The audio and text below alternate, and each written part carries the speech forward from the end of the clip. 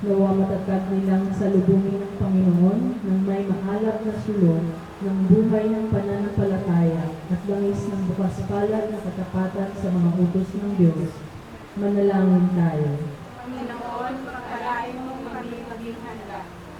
Para sa ating lahat at iba pang kaanib ng ating pamayanan sa parokya at sa akap, nawa maipakita natin ang ating pagtulong sa isa't isa habang nagsisikap tayong mabuhay sa harap ng Panginoon. Manalangin tayo. Panginoon, pagpalain mo kami maging handa.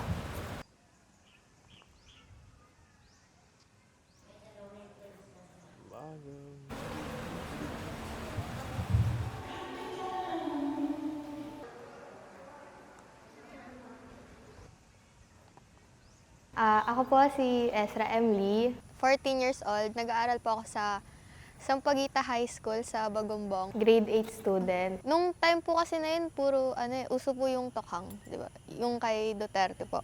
Kasi siya nag-umpisa noon.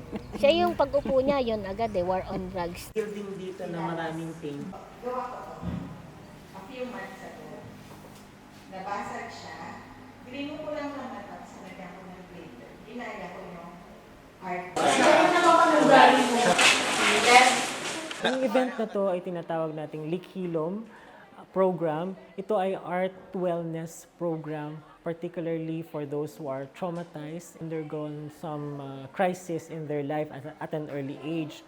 So gusto nating magamit ang sining para mabigyan ng pag-asa ang kanilang buhay. Sobrang daming nababalita na nababarel, yung ganun po na natutokang. Lalo po dun sa sa banda po dun sa amin, sa lugar namin. Kasi dun po talaga, madami po talagang mga drug user, tsaka pusher.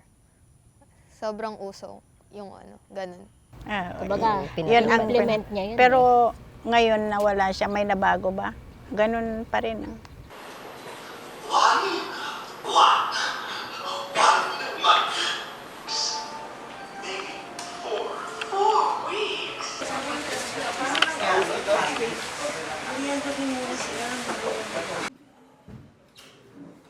Yung kasaysayan ng bagay na yun.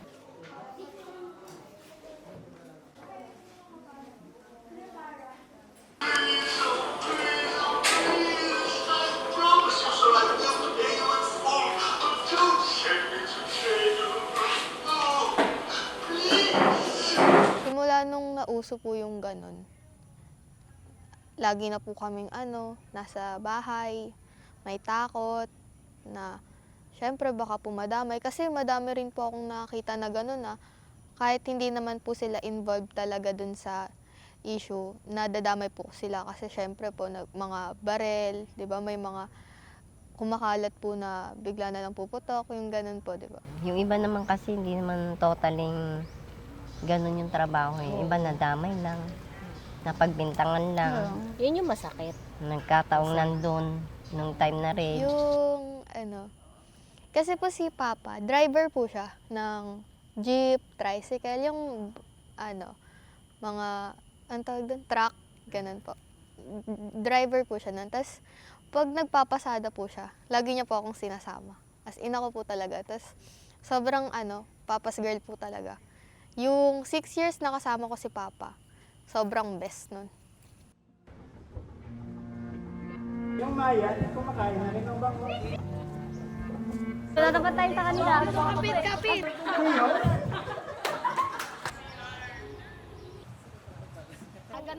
Ay, uy! Yung nasa likod dapat matibay, yung maliit.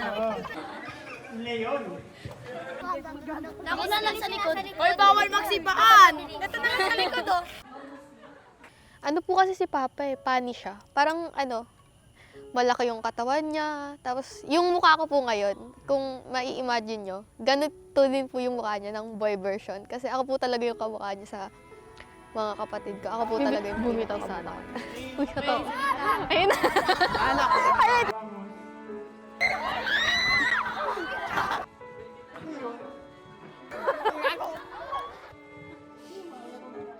Ang lakas ko.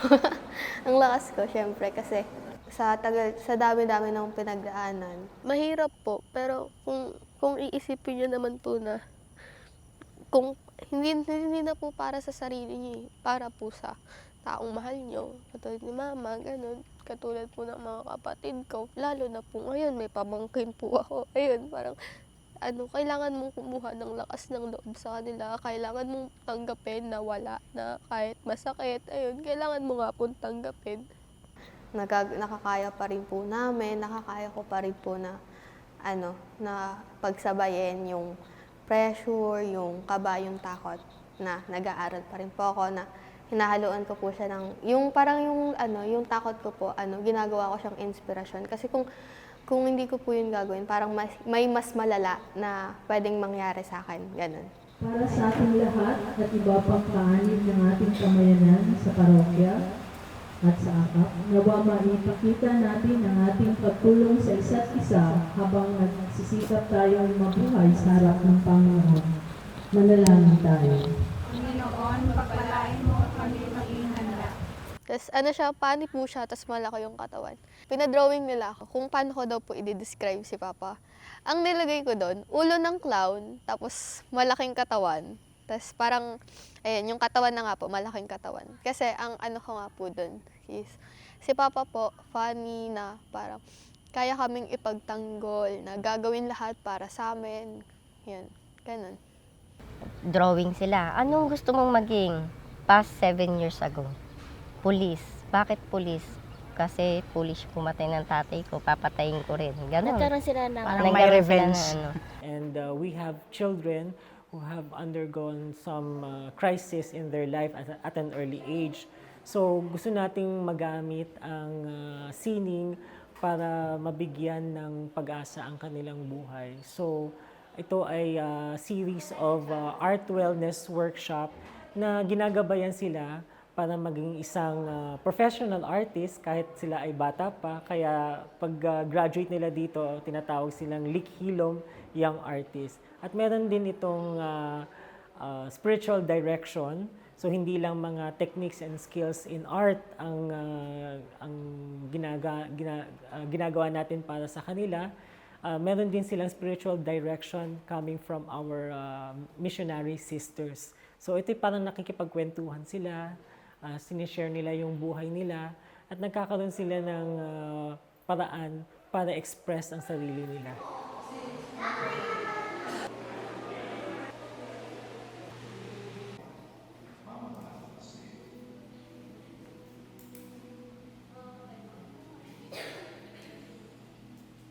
So ngayon, malalaki na sila after 7 years, tinatanong namin, ano na yung gusto mong maging? Pulis pa rin, pero hindi na Maging para mabuting gumante. pulis Para na. maging mabuting tao. Para dumami daw ang pulis na mabuting tao. May mga pangyayari sa buhay natin na minsan pinag-question natin kung worthy pa ba tayo or may silbi pa ba yung pagkain natin.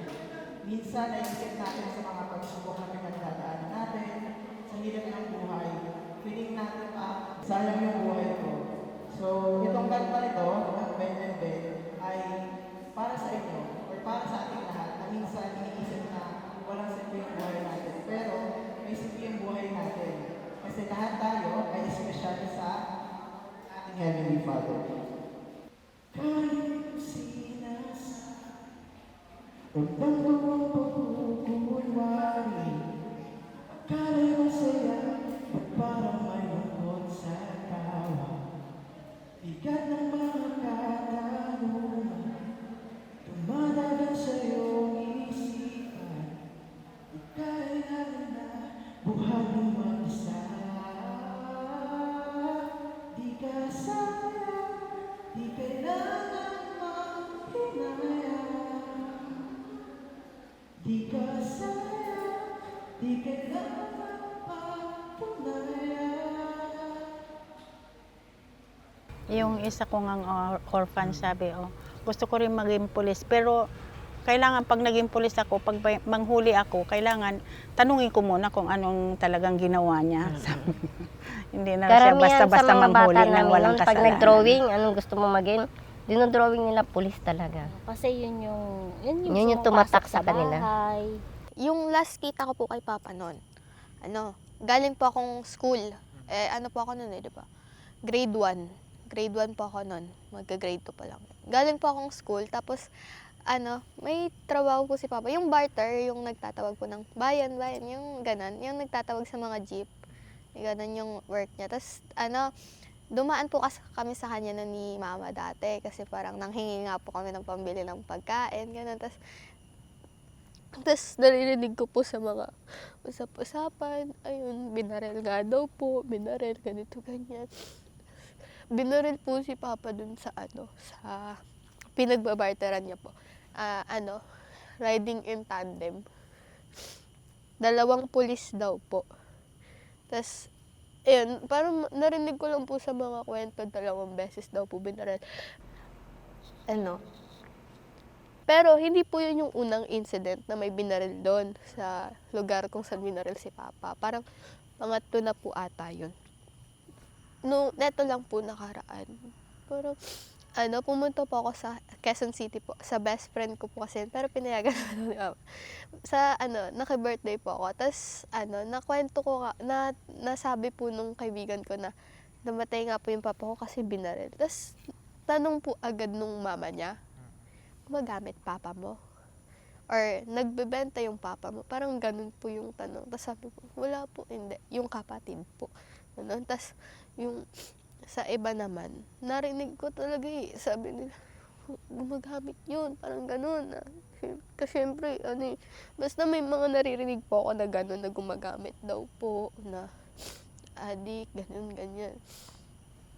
Ayun, sinabi ko nga po na yung kapatid po, palit ulo. Yun nga po, palit ulo. Wag kayong susuko na porket patay na yung kamag-anak nyo, pamilya nyo, na porket patay na, hindi nyo naaasikasuhin yung hustisya na para sa kanila. Hindi po ganun. Kahit patay po yun, dapat mabigyan po rin po ng hustisya kasi tao po yun eh. Tao po yung nawala. Hindi naman po hayop na pwede mo na lang ganun-ganunin. Yung sa pagpapatawad, hindi pa ako ready magpatawad. Hindi ko rin po alam kung kasi hanggang ngayon po may issue pa rin eh. Bagong issue na naman po. Hindi na natapos na issue na yan.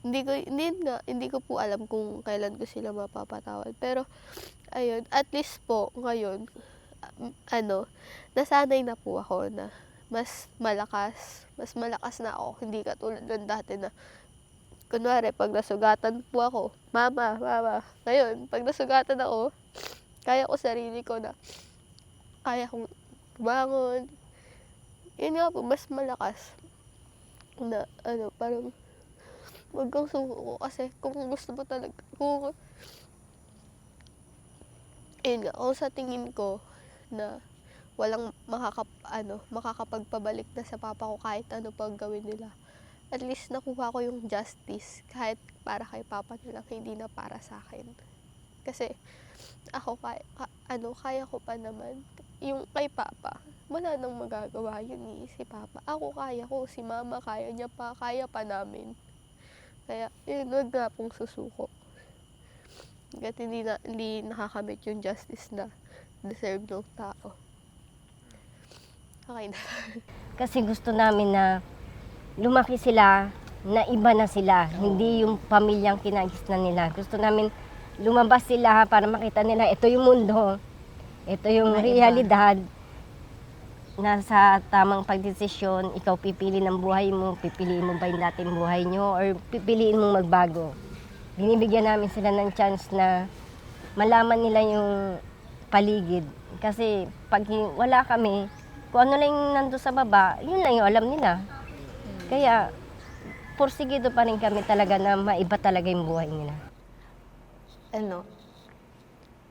Yung sa pagpapatawad, kahit hindi ko pa siya nagagawa ngayon, at least alam ko po na may chance pa po na mapatawad ko sila kahit hindi po ngayon. Parang ganun po pala yun kasi sa God nga po, 'di ba? Sa God po, kung si God nga po napapatawad tayo, bakit hindi po tayo magpapatawad ng iba, ganun. Kahit po malala yung ginawa nila sa amin, siguro sa ngayon masama pa rin po yung loob ko. Malay niyo po sa mga sumunod na taon, wala rin po. Kasi syempre baka makabawi po sila, yung ganun po. Konti lang din po kasi yung ano ko kay Papa eh. Mga natatandaan ko kay Papa, ang alam ko lang, sinasama ko dati ni Papa sa trabaho, na ano siya, mekaniko siya, ganun, may trabaho siya na ganun, tapos sinasama niya ako magbiyahe-biyahe, yung mga memories namin sa tricycle, memories namin sa jeep, ganito. Tapos, ano, yung pag nasa bahay kami, yung binubuhat niya pa, parang ihahagis, ganun yung mga memories ko nun, na natatandaan ko. Ako po si Ezra Emily, 14 years old, grade 8 student na may mataas na pangarap. O Panginoong Yesus, ikaw ang dakilang ikakasal na nag-aanyaya sa amin sa piging ng buhay na walang hanggan. Panatilihin mong nag-aalab ang aming buhay sa pananampalataya at pag-ibig. Hinihiling namin ito sa pamamagitan ng Kristo sa iyong ngalan bilang Panginoon. Amen. At ngayon ay magsiupo at dadako na po tayo sa ikalawang bahagi ng ating misa, ang liturhiya ng huling hapunan.